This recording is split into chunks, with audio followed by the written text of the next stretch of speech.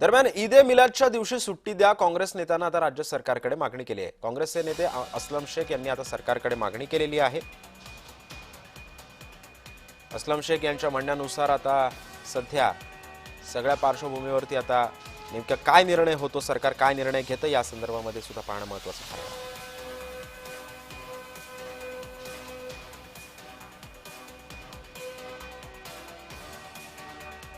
दरम्यान असलम शेख यांनी सरकारकडे काय मागणी केली आहे पाहूयात।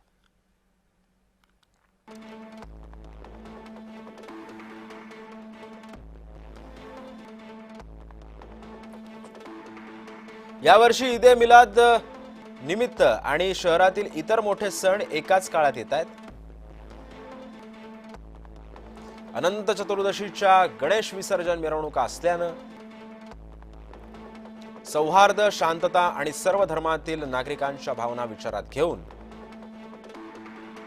मुसलमान समाजानं 8 सप्टेंबर रोजी ईद ए मिलाद मिरवणूक काढण्याचा निर्णय घेतलेला आहे। सर्व नागरिकांचा विचार करून 8 सप्टेंबरला सार्वजनिक सुट्टी जाहीर केली पाहिजे,